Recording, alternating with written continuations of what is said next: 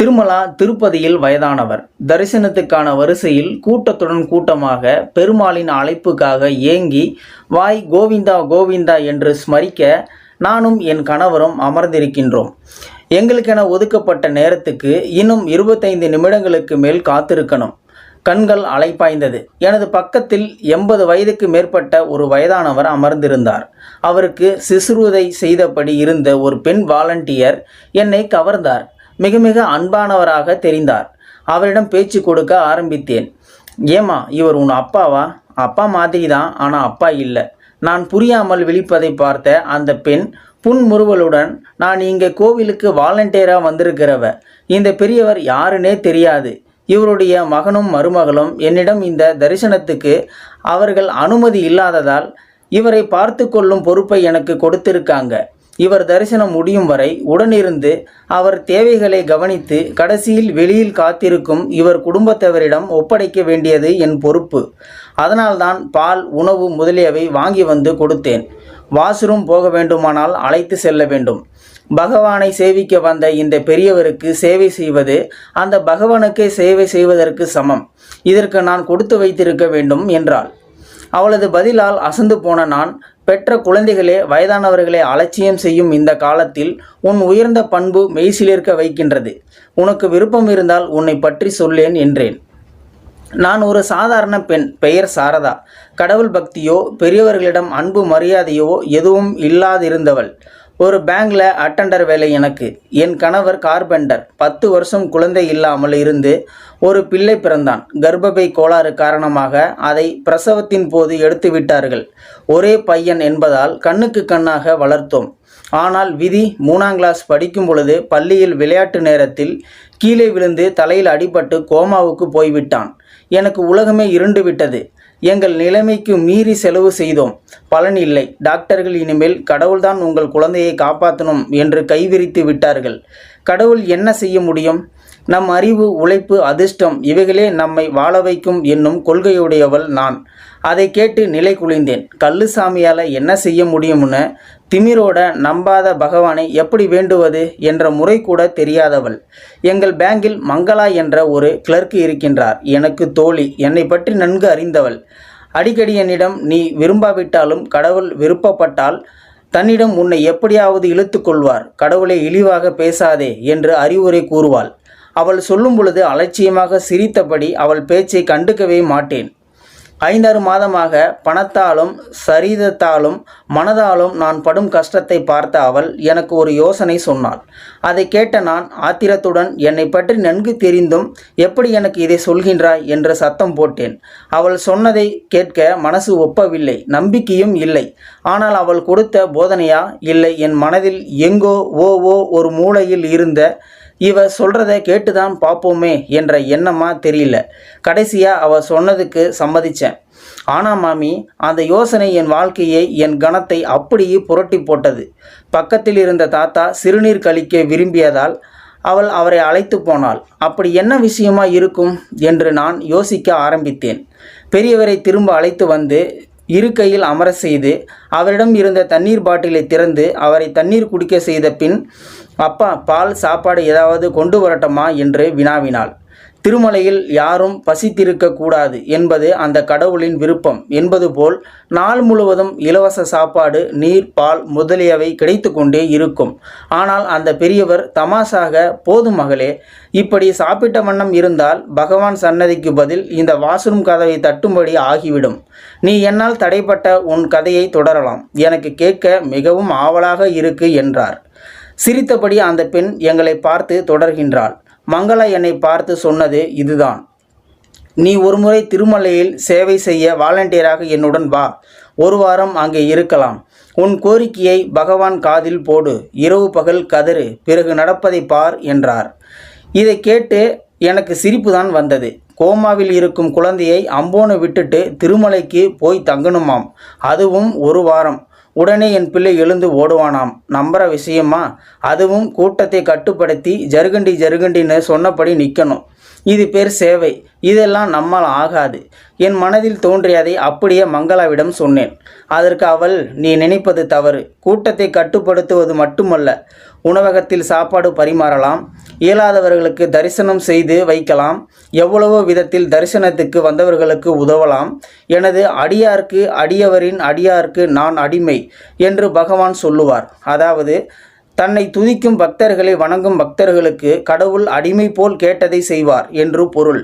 நீ அங்கு வரும் தொண்டர்களுக்கு உதவியாய் இருந்தால் உன் கோரிக்கையை கடவுள் கண்டிப்பாக நிறைவேற்றுவார். யோசித்து சொல் என்றாள். நான் இரவு புறா யோசித்தேன். கணவரிடம் இதை பற்றி பேசினேன். நான் கோவிலுக்கு போகலாமா என்று யோசித்ததே அவருக்கு பேரானந்தம். கவலைப்படாதே, 1 வாரம் தானே, நான் வேலைக்கு போகாமல் குழந்தையை பார்த்துக்கிறேன். ஊர்லேருந்து அம்மாவை வர வச்சிட்றேன். நாம் கடைசியாக இதையும் செஞ்சு பார்த்துடுவோம். நீ உன் பயணத்துக்கு ஏற்பாடு பண்ணு அப்படின்னு உற்சாகப்படுத்தினார். மறுநாள் மங்களாவிடம் என் ஒப்புதலை சொன்னதும் அவள் ஏற்பாடுகளை செய்ய ஆரம்பித்தாள். மங்களா வசிக்கும் ஏரியாவில் உள்ள பிள்ளையார் கோவிலில் பூசாரி, திருமலையில் சேவை செய்ய விரும்பும் வாலண்டியர்களுக்கு உதவும் ஒரு ஏஜெண்டு. வருஷத்துக்கு ஒரு முறை 10 பேருக்கு வேண்டிய உதவிகள் செய்வார். படிவம் பூர்த்தி செய்து ஸ்லாட் கிடைக்கும் வரை காத்திருக்கணும். மாத கணக்காகும். ஏனென்றால் அங்கு வாலண்டியர் ஆவதற்கு அவ்வளவு டிமாண்ட். உலகெங்கும் இருப்போர் ஏங்கி தவம் இருப்பார்களாம். மங்களா எனக்கு அவளுக்கும் இன்னும் 3 பேங்க் சிநேகிதிக்கும் அப்ளை செய்து வைத்தாள். அவள் வருடம் தவறாமல் சேவைக்கு செல்வதால் எல்லாம் தெரிந்திருந்தது. அப்ளிகேஷன் அனுப்பி 5 மாதம் கழித்து எங்களுக்கு ஸ்லாட் கிடைத்தது. குழந்தையை பிரிய மனமில்லாமல் கண்ணீருடன் கிளம்பினேன். நம்பிக்கையோடு போ என்று என் கணவர் ஊக்குவித்தார். உண்மையில் எனக்கு நம்பிக்கை இல்லை. எதை தின்றால் பித்தம் தெளியும் என்ற மனோபாவத்தில் இதையும் தான் செய்து பார்ப்போம் என்று தான் கிளம்பினேன். பெரிய கூட்டமாக கிளம்பி திருப்பதி வந்தடைந்தோம். ஏதோ இனம் தெரியாத மாற்றம் மனதில். பிரம்மாண்ட ஏழுமலை என்னை கை நீட்டி அரவணைத்து வரவேற்பது போல் மனதில் ஒரு மின்னல். தலையை குலுக்கி கொண்டேன்.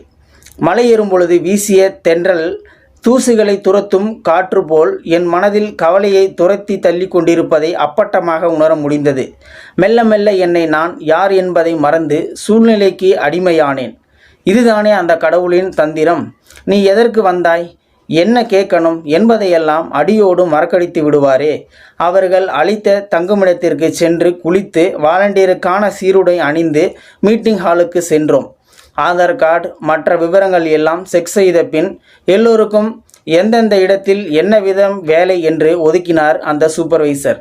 மங்களாவுக்கு டைனிங் ஹால் வளாகத்திலும், எங்களுடன் வந்த இருவருக்கும் லட்டு பிரசாதம் வழங்கும் இடத்திலும், இன்னொருத்திக்கு செருப்புகள் பராமரித்து டோக்கன் வழங்கும் இடத்திலும் வேலை ஒதுக்கப்பட்டது.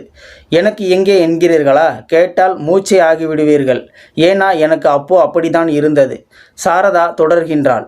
ஏழுமலையை தூரத்திலிருந்து பார்த்தவுடன் மனதில் தோன்றிய வேண்டப்பட்டவகிட்ட வந்துட்டோங்கிற உணர்வு. மலையேறும் பொழுது அன்பு கரங்கள் ஆதரவாக தடவுவது போல் ஏற்பட்ட நிம்மதி. ஊர்தியிலிருந்து இறங்கி கீழே கால் வைத்ததும் ஏற்பட்ட இனம் தெரியாத அதிர்வு எல்லாமே நான் இதுவரை அனுபவிக்காதவையாக இருந்தாலும் எங்கள் சூப்பர்வைசர் என்னை பார்த்து, உனக்கான இடம் பகவான் சன்னதிமா. வழக்கமாக இங்கு போலீஸ்காரர்கள் மட்டும் அனுமதி, வாலண்டியர்ஸ் அதிகமாக கிடையாது. ஆனால் கூட்டம் அதிகமாக இருப்பதாலும் வழக்கமாக வரும் பெண் போலீஸ் விடுமுறையில் இருப்பதாலும் உனக்கு இந்த பாக்கியம் கிடைச்சிருக்கு என்றதும் கண்களில் இருந்து ஆறாக நீர் பெருகுவது எனக்கு வினோதமாக இருக்கு. கடவுளையே நம்பாத நான் எங்கிருந்தால் என்ன என்று இல்லாமல் ஏதோ கிடைத்ததற்கரிய கிடைக்க பெற்றார் போல் ஏன் உணர்ச்சி வசப்பட வேண்டும்? என்னுள் என்ன நிகழ்கின்றது?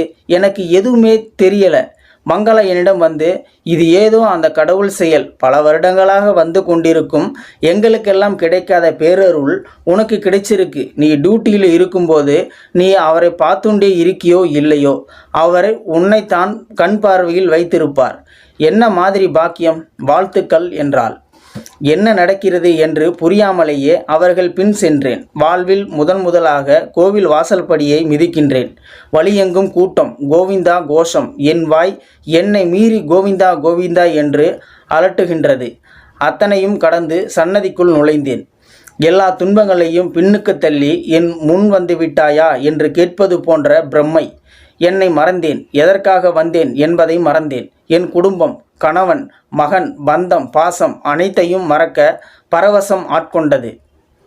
சூப்பர்வைசரின் அழைப்பு என்னை அந்த உலகுக்கு கொண்டு வந்தது. செய்ய வேண்டிய வேலைகளை விலக்கிவிட்டு அவர் விலகி சென்றார். காணாது கண்ட சந்தோஷத்தில் வேலையை கவனித்தேன். மங்களா சொன்னது போல் கூட்ட வரிசையை ஒழுங்குபடுத்துவதில் மும்முரமாக இருந்ததால் பகவானை பார்க்க திரும்ப முடியவில்லை.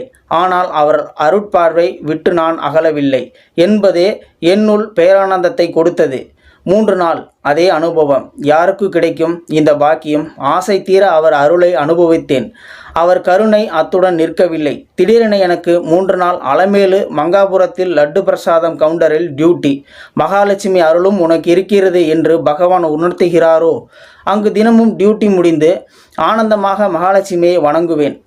சொல்ல தெரியாத அளவு ஆனந்தம், நிறைவு, திருப்தியும். எங்கள் பேட்ச் சிநேகியுடன் ஊர் திரும்பினேன்.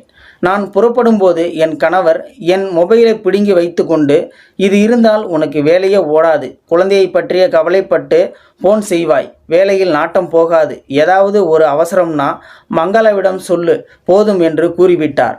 இப்போ வரும் விவரம் சொல்லலாம்னா அதான் நேரில் போகிறோமே, எல்லா விவரமும் சொல்லிக்கலாம் என்று தோன்றி அந்த எண்ணத்தை விட்டு பகவான் நினைப்பில் மூழ்கிவிட்டேன். மங்களாவுக்கு கோடான கோடி நன்றி சொல்லிவிட்டு வீட்டினுள் நுழைந்தேன். 1 வாரமாக என்னை விட்டு விலகியிருந்த அனைத்து ஆசாபாசங்களும் பசக்கு என்று ஒட்டி கொண்டன. ஒரே ஓட்டமாக குழந்தையின் படுக்கைக்கு ஓடினேன்.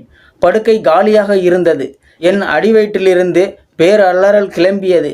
ஐயோ என் செல்வமே, உன்னை விட்டு விட்டு போனதால் கோபத்தில் கடைசியாய் என்னை பார்க்க கூட பிடிக்காமல் போயிட்டியா என்ற என் அலறலை கேட்ட அம்மா வெளியே ஓடி வந்து, ஏண்டி அலற, உன் புள்ள ஆஸ்பத்திரியில் இருக்கான் என்றதும் வயிற்றில் நெருப்பை கட்டி கொண்டு ஓடினேன். ஆகா, இது நிஜமா? கண்களை கசக்கி கொண்டேன். அதோ என் செல்ல மகன் படுக்கையில் அமர்ந்து ஏதோ பொம்மையுடன் விளையாடுறான். அவன் அப்பா அவனுக்கு இட்லி ஊட்டிக்கிட்டு இருக்காரு. என் கண்ணை என்னால் நம்ப முடியவில்லை. ஓடிப்போய் கண்ணில் நீர் பெருக அணைத்து கொண்டேன். என் கணவரும் ஆனந்த கண்ணீருடன் எங்கள் இருவரையும் அணைத்து கொண்டார். நடந்தது இதுதான். நான் கிளம்பி 2 நாட்களில் என் பிள்ளை கை கால்கள் விரல்களை அசைத்திருக்கின்றான்.